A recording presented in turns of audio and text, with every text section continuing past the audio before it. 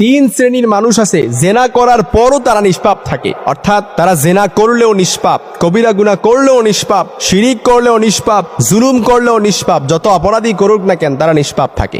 এক নাম্বার হচ্ছে আনিন্না ইমে হাত্তা ইয়াস্তাইকিযা, ঘুমন্ত অবস্থায় কোনো ব্যক্তি যদি গুনাহ করে, অপরাধ করে ফেলে, অন্যায় করে ফেলে, জুলুম করে ফেলে, লেখা হয় না। দুই নাম্বার হচ্ছে আনিল মুবতালা হাত্তা ইয়াবরা, পাগল ব্যক্তি যদি কোনো গুনাহ করে ফেলে ওইটা লেখা হয় না।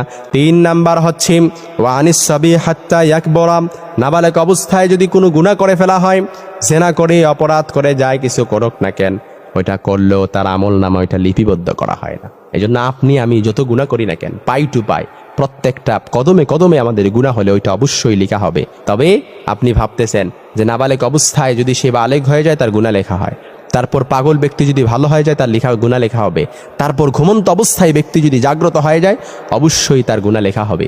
তিন শ্রেণীর মানুষ